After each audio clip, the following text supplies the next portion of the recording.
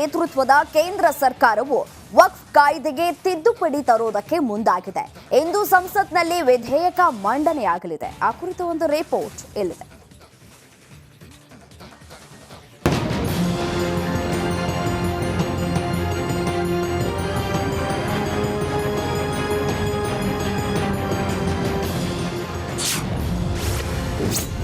ವಕ್ಫ್ board ಅಧಿಕಾರಕ್ಕೆ ಬೀಳುತ್ತಾ break. ಕಾಯ್ದೆ ಬದಲಿಸಲಿದ್ಯಾ ನರೇಂದ್ರ ಮೋದಿ ಸರ್ಕಾರ? ಕೇಂದ್ರದಲ್ಲಿ ಮೂರನೇ ಬಾರಿಗೆ ಅಧಿಕಾರದ ಗದ್ದುಗೆ ಹಿಡಿದ ಪ್ರಧಾನಿ ನರೇಂದ್ರ ಮೋದಿ ನೇತೃತ್ವದ ಸರ್ಕಾರವು ವಕ್ಫ್ ಕಾಯ್ದೆಗೆ ತಿದ್ದುಪಡಿ ತರಲು ಮುಂದಾಗಿದೆ. ಇಂದು ಸಂಸತ್ನಲ್ಲಿ ವಿಧೇಯಕ ಮಂಡನೆಯಾಗಲಿದೆ. ತಡರಾತ್ರಿಯೇ ವಿಧೇಯಕದ ಪ್ರತಿಯನ್ನ ಲೋಕಸಭೆ ಸದಸ್ಯರಿಗೆ ಹಂಚಿಕೆ ಮಾಡಲಾಗಿದ್ದು, ವಕ್ಫ್ ಕಾಯ್ದೆಗೆ ತಿದ್ದುಪಡಿ ತರುವುದನ್ನು ಈಗಾಗಲೇ ಎಐಎಂಐಎಂ ಮುಖ್ಯಸ್ಥ ವಿರೋಧವನ್ನು ವ್ಯಕ್ತಪಡಿಸಿದ್ದಾರೆ.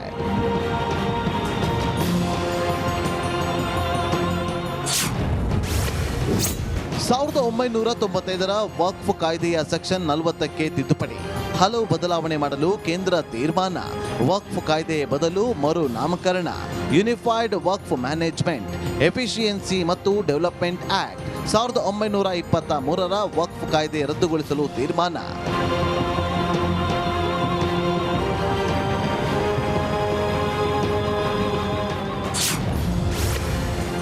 ಏನೆಲ್ಲ ಬದಲಾವಣೆ?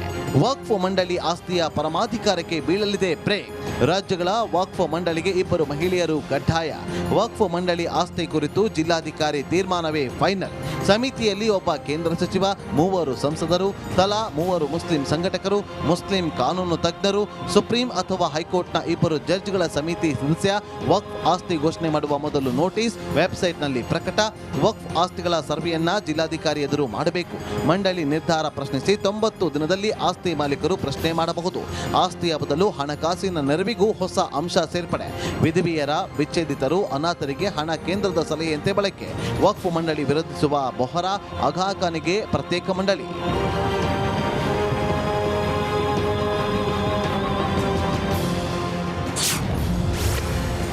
ಏನಿದು ವಕ್ಫ್ ಕಾಯ್ದೆ?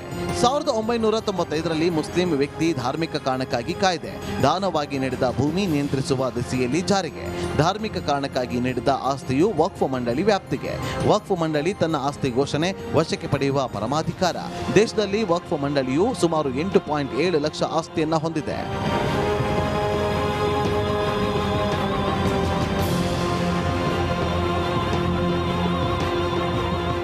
ಆಸ್ತಿಗಳ ದುರುಪಯೋಗವನ್ನ ತಡೆಗಟ್ಟಲು ಕೇಂದ್ರ ಸರ್ಕಾರ ಈ ಕಾನೂನು ತರಲು ಮುಂದಾಗಿದೆ ಅಂತ ಹೇಳಲಾಗ್ತಾ ಇದೆ. Bureau report, republic Kannada. ಪ್ರಧಾನಿ ನರೇಂದ್ರ ಮೋದಿ ನೇತೃತ್ವದ ಕೇಂದ್ರ ಸರ್ಕಾರವು ವಕ್ಫ್ ಕಾಯ್ದೆಗೆ ತಿದ್ದುಪಡಿ ತರುವುದಕ್ಕೆ ಮುಂದಾಗಿದೆ. ಇಂದು ಸಂಸತ್ನಲ್ಲಿ ವಿಧೇಯಕ ಮಂಡನೆಯಾಗಲಿದೆ. ಆ ಕುರಿತು ಒಂದು ರಿಪೋರ್ಟ್ ಇಲ್ಲಿದೆ.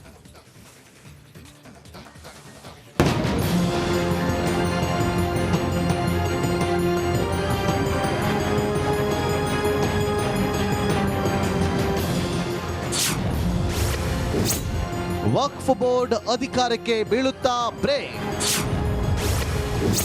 ಕಾಯ್ದೆ ಬದಲಿಸಲಿದ್ಯಾ ನರೇಂದ್ರ ಮೋದಿ ಸರ್ಕಾರ? ಕೇಂದ್ರದಲ್ಲಿ ಮೂರನೇ ಬಾರಿಗೆ ಅಧಿಕಾರದ ಗದ್ದುಗೆ ಹಿಡಿದ ಪ್ರಧಾನಿ ನರೇಂದ್ರ ಮೋದಿ ನೇತೃತ್ವದ ಸರ್ಕಾರವು ವಕ್ಫ್ ಕಾಯ್ದೆಗೆ ತಿದ್ದುಪಡಿ ತರಲು ಮುಂದಾಗಿದೆ. ಇಂದು ಸಂಸತ್ನಲ್ಲಿ ವಿಧೇಯಕ ಮಂಡನೆಯಾಗಲಿದೆ. ತಡರಾತ್ರಿಯೇ ವಿಧೇಯಕದ ಪ್ರತಿಯನ್ನ ಲೋಕಸಭೆ ಸದಸ್ಯರಿಗೆ ಹಂಚಿಕೆ ಮಾಡಲಾಗಿದ್ದು, ವಕ್ಫ್ ಕಾಯ್ದೆಗೆ ತಿದ್ದುಪಡಿ ತರುವುದನ್ನು ಈಗಾಗಲೇ ಎಐಎಂಐಎಂ ಮುಖ್ಯಸ್ಥ ವಿರೋಧವನ್ನು ವ್ಯಕ್ತಪಡಿಸಿದ್ದಾರೆ.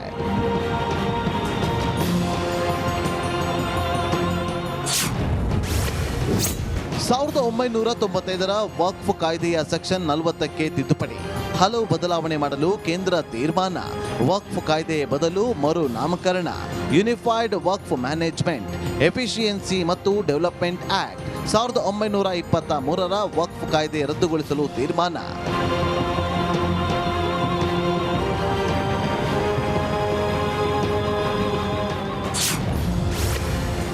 ಏನೆಲ್ಲ ಬದಲಾವಣೆ?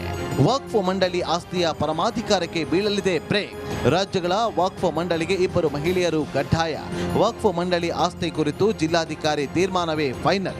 ಸಮಿತಿಯಲ್ಲಿ ಒಬ್ಬ ಕೇಂದ್ರ ಸಚಿವ, 3 ಸಂಸದರು, ತಲಾ 3 ಮುಸ್ಲಿಂ ಸಂಘಟಕರು, ಮುಸ್ಲಿಂ ಕಾನೂನು ತಜ್ಞರು, ಸುಪ್ರೀಂ ಅಥವಾ ಹೈಕೋರ್ಟ್ನ 2 ಜಡ್ಜ್ಗಳ ಸಮಿತಿ ಸದಸ್ಯ. ವಕ್ಫ್ ಆಸ್ತಿ ಘೋಷಣೆ ಮಾಡುವ ಮೊದಲು ನೋಟಿಸ್, ವೆಬ್ಸೈಟ್ನಲ್ಲಿ ಪ್ರಕಟ. ವಕ್ಫ್ ಆಸ್ತಿಗಳ ಸರ್ವೆಯನ್ನ ಜಿಲ್ಲಾಧಿಕಾರಿ ಎದುರು ಮಾಡಬೇಕು. ಮಂಡಳಿ ನಿರ್ಧಾರ ಪ್ರಶ್ನಿಸಿ 90 ದಿನದಲ್ಲಿ ಆಸ್ತಿ ಮಾಲೀಕರು ಪ್ರಶ್ನೆ ಮಾಡಬಹುದು. ಆಸ್ತಿಯ ಬದಲು ಹಣಕಾಸಿನ ನೆರವಿಗೂ ಹೊಸ ಅಂಶ ಸೇರ್ಪಡೆ. ವಿಧವೆಯರ, ವಿಚ್ಛೇದಿತರು, ಅನಾಥರಿಗೆ ಹಣ ಕೇಂದ್ರದ ಸಲಹೆಯಂತೆ ಬಳಕೆ. ವಕ್ಫ್ ಮಂಡಳಿ ವಿರೋಧಿಸುವ ಬೊಹರಾ, ಆಗಾ ಖಾನ್ಗೆ ಪ್ರತ್ಯೇಕ ಮಂಡಳಿ.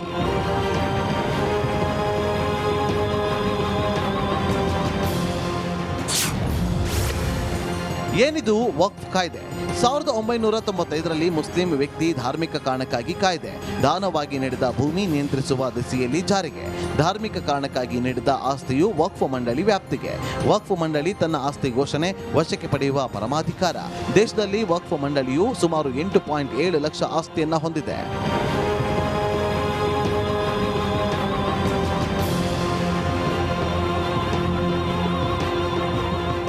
ಆಸ್ತಿಗಳ ದುರುಪಯೋಗವನ್ನ ತಡೆಗಟ್ಟಲು ಕೇಂದ್ರ ಸರ್ಕಾರ ಈ ಕಾನೂನು ತರಲು ಮುಂದಾಗಿದೆ ಅಂತ ಹೇಳಲಾಗ್ತಾ ಇದೆ.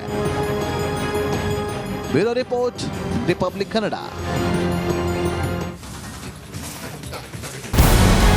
ನಮಸ್ಕಾರ, ಕರ್ನಾಟಕ ಪ್ರೈಮ್ ಟೈಮ್ಗೆ ಸ್ವಾಗತ. ನಾನು ಜಯಪ್ರಕಾಶ್ ಶೆಟ್ಟಿ. ಇಡೀ ಕರ್ನಾಡು ಇವತ್ತು ರೆಬೆಲ್ ಆಗಿ ನಿಂತಿದೆ. ಈ ಹಗರಣಗಳನ್ನು ಸದನದಲ್ಲಿ ಪ್ರಸ್ತಾಪ ಮಾಡಲು ಕೂಡ ಕಾಂಗ್ರೆಸ್ ಹಿಂದೇಟು ಹಾಕಿದ್ದೇಕೆ? ನಿಮ್ಗೆ ಸಂಬಳ ಅದಕ್ಕೆ, ನಿಮಗೆ ವಾಹನ ಅದಕ್ಕೆ, ನಿಮಗೆ ವೆಪನ್ ಅದಕ್ಕೆ. ನೀವು ಅದನ್ನು ಸೆರೆ ಹಿಡಿಬೇಕಾಗಿತ್ತು. ನೀವು ವಿದ್ಯುತ್ ಬರ ಇದೆ ಅಂತ ಹೇಳ್ತಾ ಇದ್ದೀರಿ. ಎಲ್ಲಿ ಬರ ಇದೆ ನೀವು ಹೇಳಬೇಕು. ಪಾಕಿಸ್ತಾನ್ ಆಕ್ಯುಪೈಡ್ ಕಾಶ್ಮೀರ್ ಅದು ಎಂದೆಂದಿಗೂ ನಮ್ಮದು. 40 ಮೆಷಿನ್ಗಳು ತಂದಿತ್ತು ನೋಟ್ ಎಣಿಸುವುದಕ್ಕೆ, ಅದೇ ಹಾಳಾಯಿತು. ಮಥುರಾದ ಗಲಾಟೆ ಇದೆಯಲ್ಲ, ಅದು ಸ್ಥಳೀಯವಾಗಿ ಕೂತು ಪರಿಹರಿಸಬಹುದಾದಂಥ ಕಾನೂನಿದೆ. ಅದು ಗ್ಯಾರಂಟಿ ಯೋಜನೆಯಿಂದ ನಷ್ಟ ಆಗಿದೆ, ಲಾಭ ಆಗಿದೆ, ದಯವಿಟ್ಟು ಹೇಳಿ. Dawood Ibrahim most wanted criminal ಯಾವಾಗಾದ ಅಂದರೆ ಇಲ್ಲಿ ತನಕ ಭಾರತ ದೇಶದಲ್ಲಿ ಓರ್ವ ದಲಿತ ಪ್ರಧಾನಿಯಾದಂಥ ಇತಿಹಾಸವೇ ಇಲ್ಲ. ರಿಪಬ್ಲಿಕ್ ವರ್ಲ್ಡ್ ಆಪ್ ಇದು ಕೇವಲ ಅಪ್ಲಿಕೇಶನ್ ಅಲ್ಲ, ಸಮಗ್ರ ಸುದ್ದಿಗಳ ಸಂಪರ್ಕ ಮಾರ್ಗಕ್ಕೆ ಕ್ರಾಂತಿಕಾರಿ ಬದಲಾವಣೆ.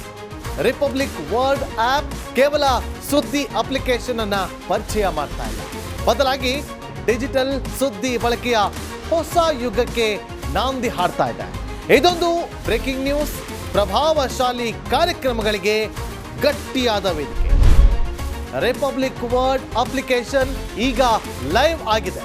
ಗೂಗಲ್ ಪ್ಲೇ ಸ್ಟೋರ್ ಮತ್ತು ಆಪಲ್ ಆಪ್ ಸ್ಟೋರ್ ಎರಡರಲ್ಲೂ ಲಭ್ಯವಿದೆ. ಈಗಲೇ ಡೌನ್ಲೋಡ್ ಮಾಡಿ.